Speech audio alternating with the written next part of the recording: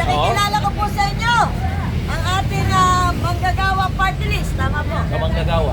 Manggagawa party list. Kamanggagawa party list. Ang ating House of Representatives na andito po sa Luzon ng Pasay, si Kang Eli.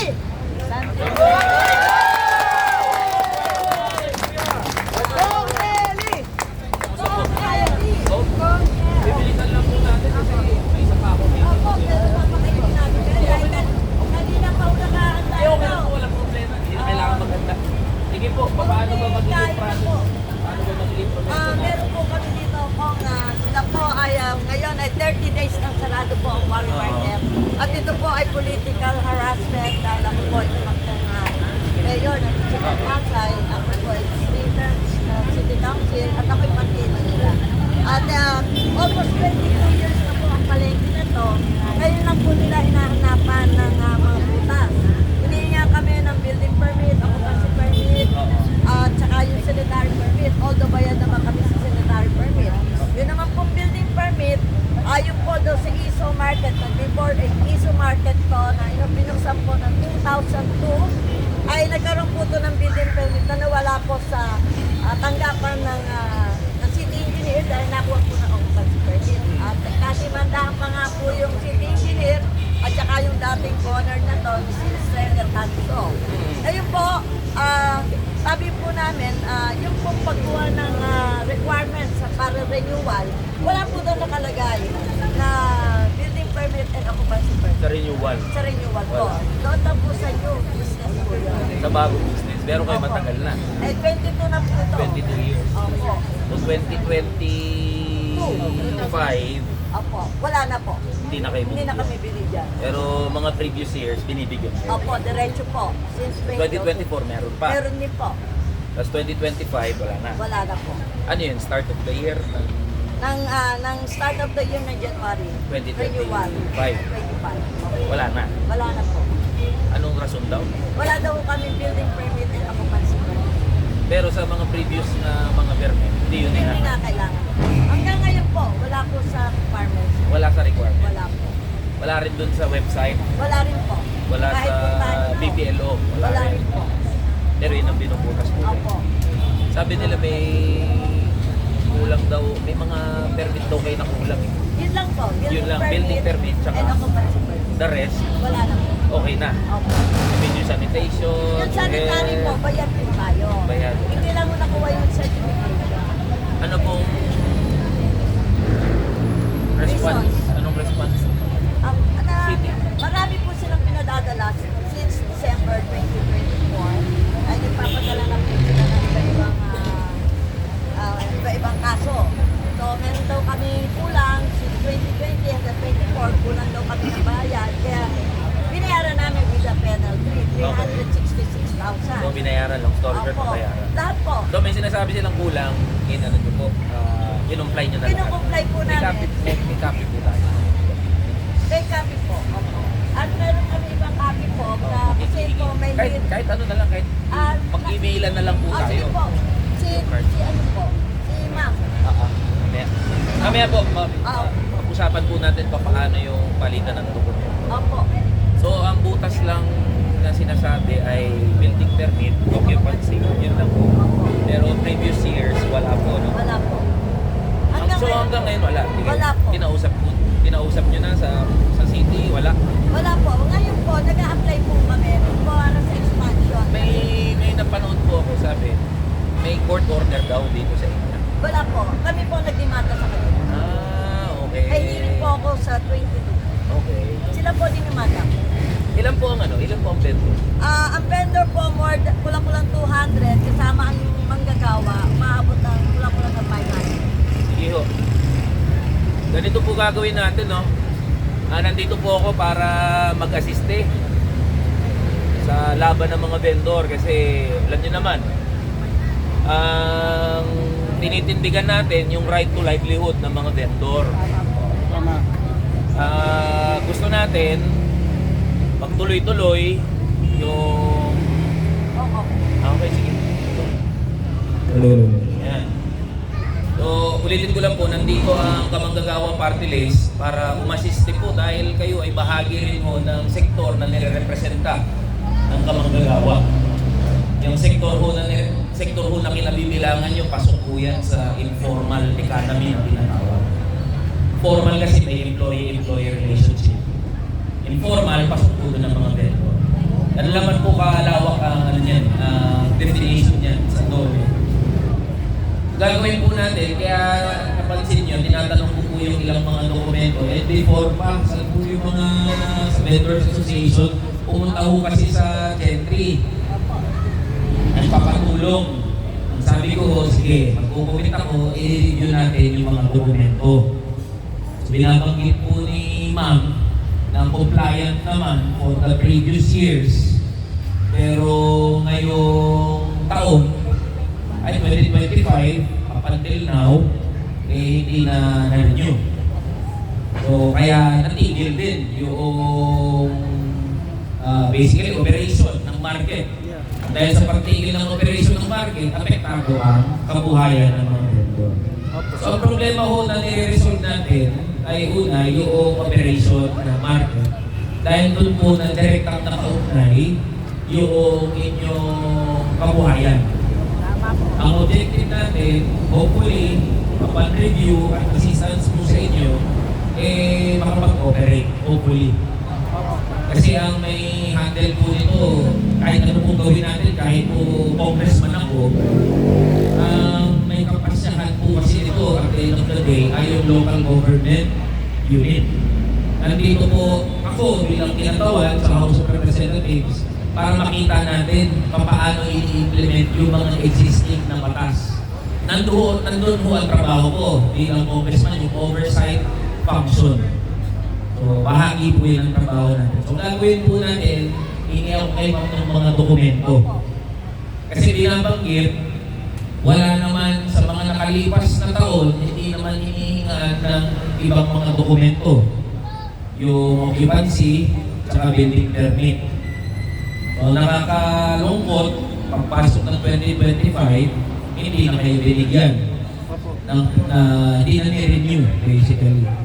Ito na, umabot na dito. Kailan mo na sarado itong December 19?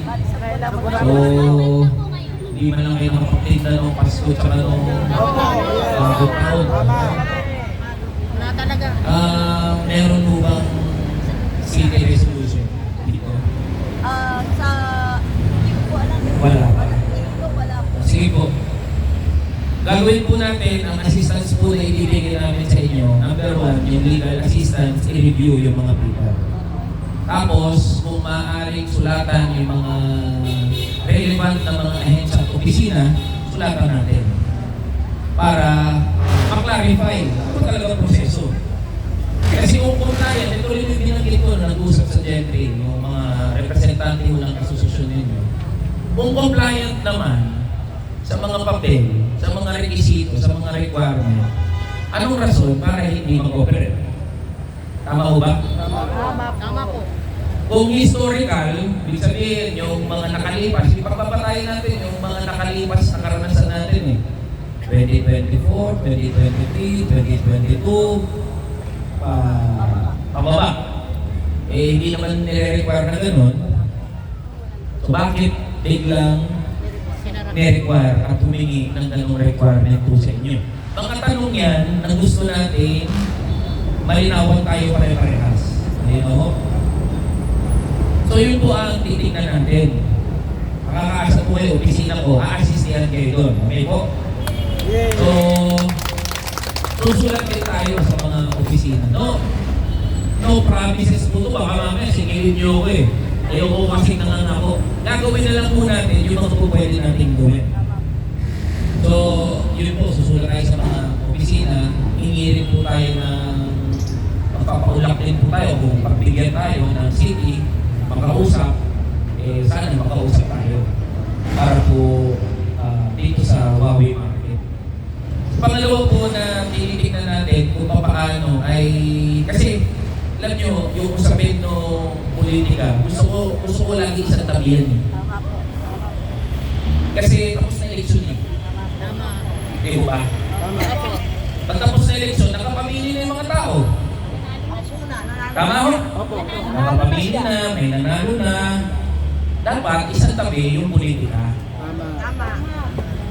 Dapat hindi magkatiinan. Ang ibig sabihin ko po dyan, simple lang. Dahil tapos na eleksyon, nakapamili na yung mga tao, naglilingkod na nga yung mga nahalal. Kung ano man yung nangyari nung eleksyon, dapat nung iniwan na nung eleksyon yun. Tawag doon sport. Yes. Diba? Kasi, kung yung galit, o hindi pagkakaintindihan, tinatawid, lagpas sa eleksyon, pamumulitin na ang tawag doon. Opo. Ayaw naman po natin maipit kayo doon. Opo. Yan na nga po yung nangyari sa amin. Ayaw natin maipit kayo doon. Pero yan na yung nangyayari ngayon sa mga vendors ng Huawei, natural na resulta ng kung anong politika nagaganap dito sa Pasay. Naunawaan niyo ba yung sinasabi ko? Gusto natin tignan o iuna yung karapatan ng market na mag-operate as long as compliant sa dokumento. Hindi naman natin sinasabi, hindi tayo mag-comply. May nagsabi ba gano'n? Wala naman, di ba? Mag-comply ba ang Huawei market? Mag-comply naman eh. Dadaan tayo sa proseso. Papasok tayo sa proseso. Kung anong sinasabi na requirement, dadaan tayo doon. Mag-comply tayo. Kung anong sinasabi na kailangan ng mga vendor na i-comply, mag-comply tayo doon. Pagpapaloob sa proseso yun eh. Ayaw natin ng gulo. May gusto ba ng gulo dito? Ayaw mo gusto ng gulo dito eh, di ba? Opo. Ayaw natin pumunta doon dahil yung gulo, walang makikinabang dyan. Hindi makikinabang vendor dyan, hindi makikinabang sinong dyan, hindi makikinabang yung mga taga-Pasay dyan. Kaya gusto natin resultahin sa loob ng proseso.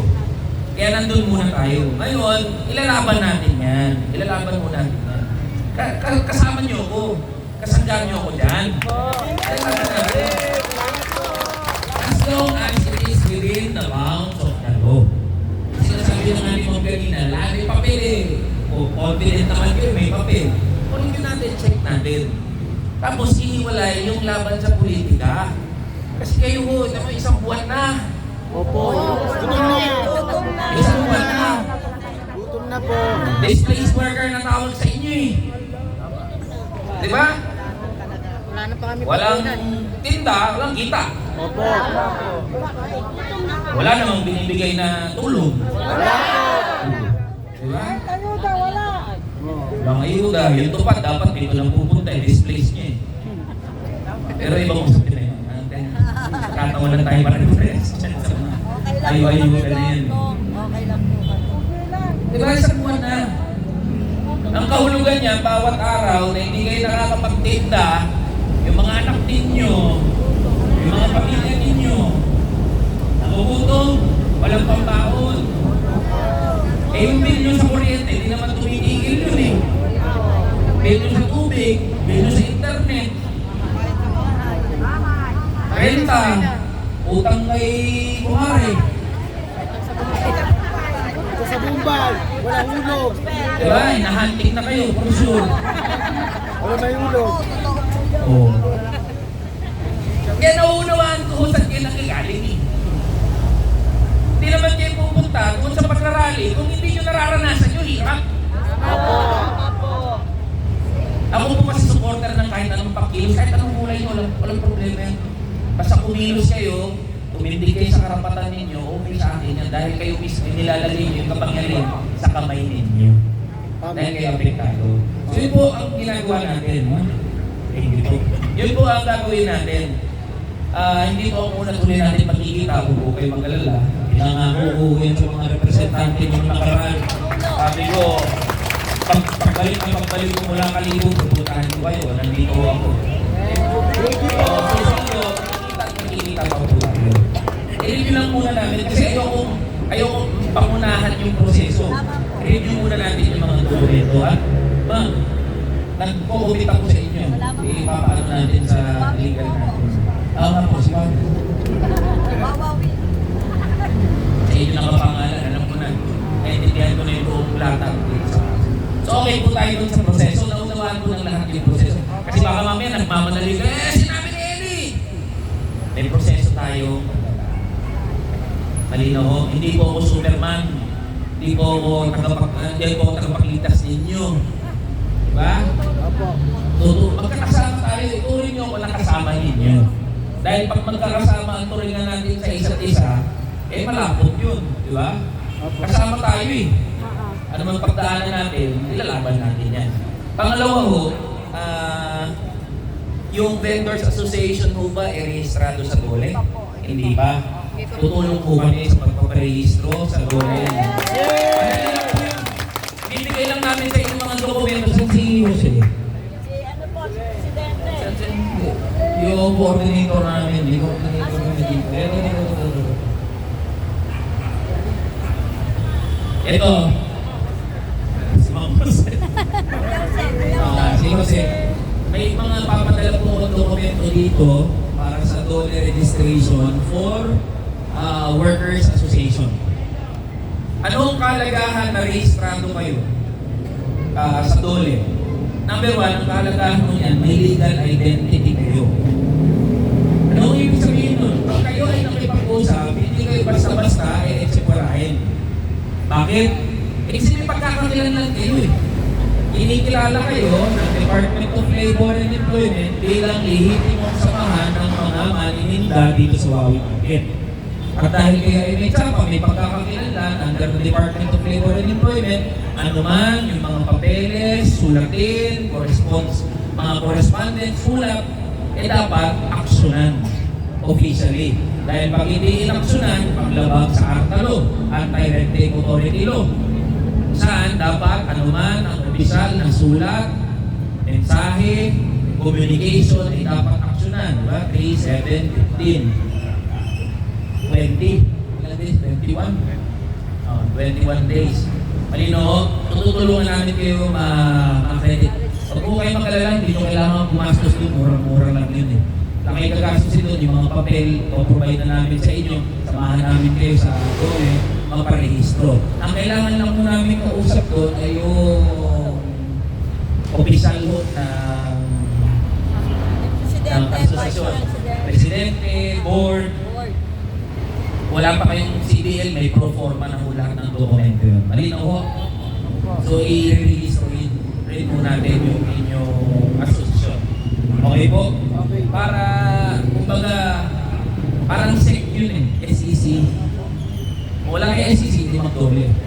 Sa-DOLE, mas madali, mas mabilis pa. Ano po ang patutunguhan nitong ginagawa natin? Paparehistro yung vendors, tutulungan doon sa yung management doon sa mga papel. Ang objective po natin, again, ay panumbalik yung operation ng Wawi Market.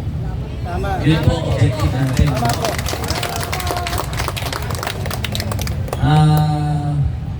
May mga nakakarinig, definitely, baka umabot ko sa munisipyo, sa City Hall, hindi ko kami kalaban. Ayaw namin ng gulo, papaloob kami sa proseso. Ang gusto namin, kabuhayan ng mga maninita, mag-operate ang Wawi Market. Tama. Yun ang gusto natin.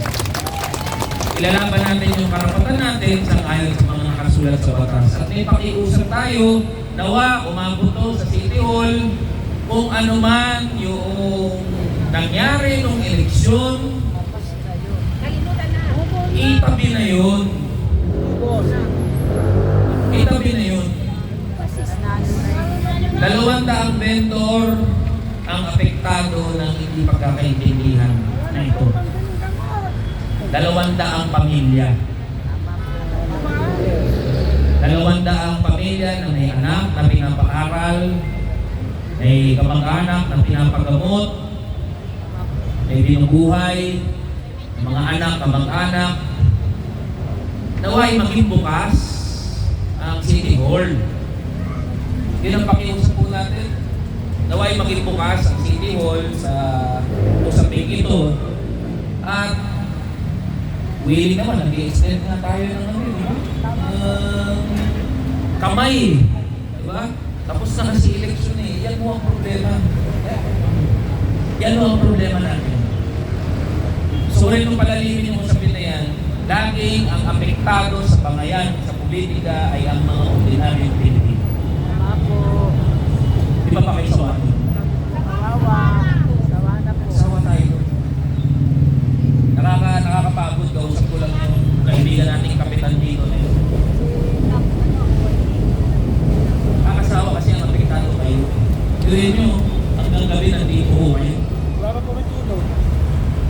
po, okay po.